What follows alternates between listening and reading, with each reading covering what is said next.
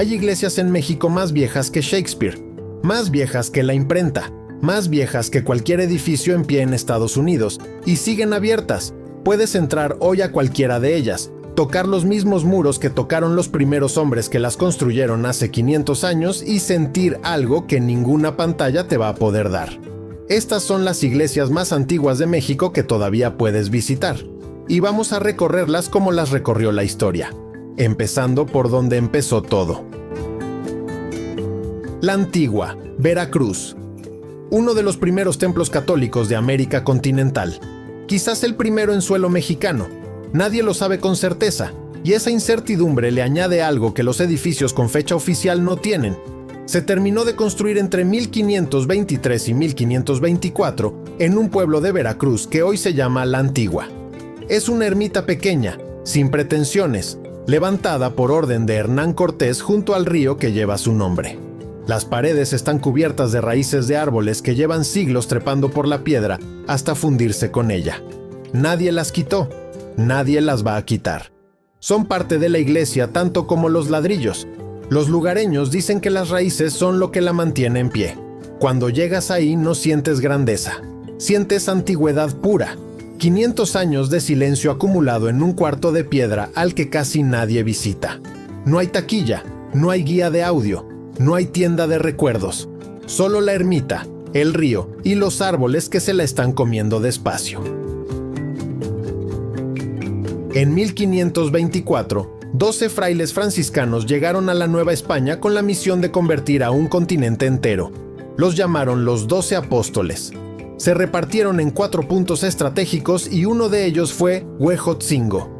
El convento que levantaron ahí es una fortaleza, muros gruesos, fachada austera, un atrio enorme pensado para recibir a miles de indígenas que nunca habían escuchado hablar de Cristo.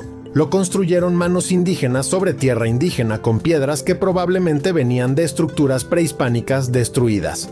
Hoy es patrimonio de la humanidad. Los fines de semana lo visitan familias que compran semitas en el mercado de enfrente sin saber que están parados en uno de los primeros metros cuadrados de la historia colonial de América. No se puede hablar de estas iglesias sin hablar de lo que había antes debajo de ellas, porque casi todos estos templos se construyeron sobre centros ceremoniales destruidos. Los frailes no llegaron a un terreno vacío, llegaron a un mundo con sus propios dioses, sus propios templos, su propia arquitectura sagrada. Y lo primero que hicieron fue demolerlo. Las piedras de las pirámides terminaron en los cimientos de las iglesias. Eso no es metáfora, es ingeniería. Si escarbaras debajo de cualquiera de estos templos encontrarías los restos de lo que vino antes. La belleza de estas iglesias tiene un piso que nadie quiere mirar. Construida entre 1525 y 1536. Patrimonio de la humanidad desde 2021. Lo que la hace única es su artesonado de madera en el techo, hecho en estilo mudéjar. Es uno de los últimos de su tipo en todo el continente americano. Los frailes franciscanos lo diseñaron y las manos que lo tallaron eran indígenas. Esa mezcla entre la geometría árabe traída por los españoles y la destreza artesanal de los tlaxcaltecas creó algo que no existe en ningún otro lugar del mundo. Si Tlaxcala te suena a meme, este techo debería cambiar eso. Cholula, Puebla, 1529. Levantado junto a la Gran Pirámide de Cholula, que en ese momento todavía era visible y activa. Los franciscanos construyeron su convento literalmente al pie de la pirámide más grande del mundo en volumen. La capilla real tiene 49 cúpulas. 49. El diseño recuerda a una mezquita más que a una iglesia. Nadie sabe exactamente por qué. Algunos historiadores creen que los frailes se inspiraron en la mezquita de Córdoba. Otros piensan que fue una solución práctica para cubrir un espacio enorme sin columnas. Lo que sí se sabe es que no hay nada igual en México. Cuernavaca, Morelos, 1529. Los franciscanos otra vez. Esta catedral tiene algo que ninguna otra en el país puede ofrecer. A mediados del siglo pasado, durante trabajos de restauración, se descubrieron murales del siglo XVI ocultos detrás de capas de pintura y yeso que llevaban siglos cubriendo las paredes. Representan a los 26 mártires de Japón, frailes franciscanos crucificados en Nagasaki en 1597. Piensa en eso, una iglesia en Cuernavaca, Morelos, guardando la memoria de unos frailes asesinados al otro lado del Pacífico. El mundo colonial era más conectado de lo que nos imaginamos, y esos murales estuvieron ahí, escondidos, esperando siglos a que alguien los encontrara. Ese dato me detuvo cuando lo encontré, porque revela algo que olvidamos cuando pensamos en el México del siglo XVI. No era un rincón aislado del mundo, era un nodo de un imperio global. Las noticias de Japón llegaban a Cuernavaca, las técnicas de construcción árabes llegaban a Cholula, las maderas de Filipinas llegaban a los retablos de Oaxaca. Estas iglesias no son solo historia de México, son historia del primer mundo globalizado. Y si las que acabamos de ver nacieron de la conquista y la evangelización, las que vienen ahora cuentan otra historia. La de lo que pasa cuando dos mundos llevan 50 años chocando y empiezan a regañadientes a mezclarse. Acolman, Estado de México, 1539. Agustinos esta vez, no franciscanos. La fachada de Acolman es una de las obras maestras del plateresco en América. Cada detalle está tallado en piedra con una precisión que hoy costaría millones replicar, y lo hicieron artesanos indígenas que aprendieron la técnica en menos de una generación.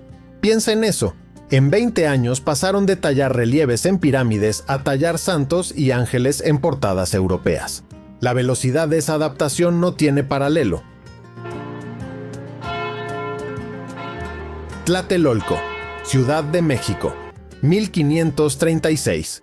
Construido por franciscanos en la Plaza de las Tres Culturas, donde conviven una zona arqueológica méxica, la iglesia colonial y los edificios modernos de Tlatelolco.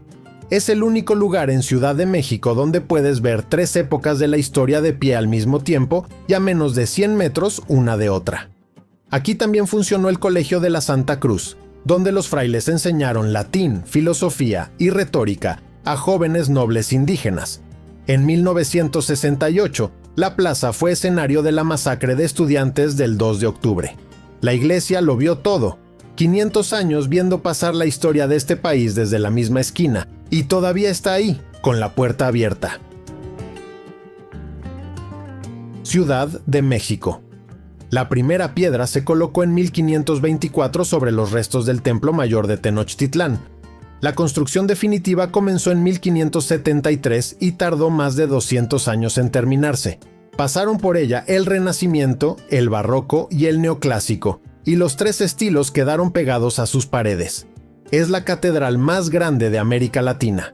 Tiene 51 bóvedas, 16 capillas y decenas de campanas en sus torres. Y se hunde un poco más cada año porque el subsuelo del antiguo lago de Texcoco no soporta bien su peso. Los ingenieros llevan décadas intentando estabilizarla, pero ella sigue cediendo, lento, constante, como si la tierra debajo todavía estuviera empujando hacia arriba lo que había antes. Hidalgo, 1550. Agustinos. Si solo pudieras visitar un convento del siglo XVI en México, debería ser este. Los frescos del interior son de los mejor conservados de toda la época colonial. Escenas del cielo y del infierno pintadas con una intensidad que no necesita explicación. Los ángeles arriba, serenos. Los demonios abajo, devorando pecadores. Los indígenas que entraban a este convento veían en esas paredes exactamente lo que los frailes querían que vieran. Una promesa arriba y una amenaza abajo. Así funcionaba la evangelización, no solo con palabras, con imágenes que no dejaban espacio para la duda ni para la negociación. Guanajuato, 1550. Agustinos otra vez. Este convento parece un castillo medieval europeo trasplantado al Bajío mexicano. Torres, almenas, muros de defensa, contrafuertes que no tienen nada que envidiarle a una fortaleza militar. Los agustinos lo construyeron así porque la zona era territorio chichimeca, y los chichimecas no se habían sometido ni a los mejaicas ni a los españoles. Atacaban de noche, quemaban lo que podían. El convento tenía que ser iglesia y fortaleza al mismo tiempo. Un lugar donde rezar por la mañana y un lugar donde resistir un ataque por la noche. La arquitectura no miente. Cuando ves almenas en una iglesia, sabes que la fe no llegó en paz a esa tierra. Comenzó a construirse en 1572. tardó décadas en completarse. El resultado es uno de los interiores barrocos más impresionantes del continente americano. El árbol genealógico de Santo Domingo de Guzmán tallado en el techo del coro, cubierto entero en hoja de oro, es de las cosas más extraordinarias que puedes ver con tus ojos en este país. Cada centímetro del interior está decorado. No hay un solo espacio vacío. Es exceso convertido en arte, opulencia convertida en devoción. Y todo sigue ahí, intacto, después de terremotos, guerras, saqueos y siglos de abandono parcial. Sigue ahí. Yucatán, 1561 a 1598. Construida con piedras de las estructuras mayas de la antigua ciudad de To, que era lo que había donde hoy está Mérida. Los españoles desarmaron los templos mayas piedra por piedra, y con esas mismas piedras levantaron la catedral. Es la catedral más antigua de América continental terminada en su totalidad. Sobrevivió la guerra de castas, la revolución, huracanes y siglos de calor yucateco que derrite todo lo que no sea piedra. Dentro hay un Cristo de madera llamado el Cristo de la Unidad que mide más de 7 metros. Es uno de los crucifijos de madera más grandes que existen bajo techo en el mundo. Y las piedras de sus muros, si pudieran hablar, contarían 2 historias al mismo tiempo. 12 iglesias, 500 años. Todas siguen en pie. Todas siguen abiertas. Algunas reciben a miles de turistas al año. Otras no reciben a casi nadie. Pero todas tienen algo que ningún museo puede ofrecer. El mismo aire, la misma luz, la misma piedra que había cuando las terminaron de construir. Eso no se reproduce, se visita. Si has entrado a alguna de estas iglesias, sabes de lo que hablo. Ese frío en las paredes que no cambia ni en julio, ese eco que te obliga a bajar la voz, ese olor a siglos que no se parece a nada más. Y si conoces otra iglesia en México que debería estar en esta lista, este es el lugar para decirlo.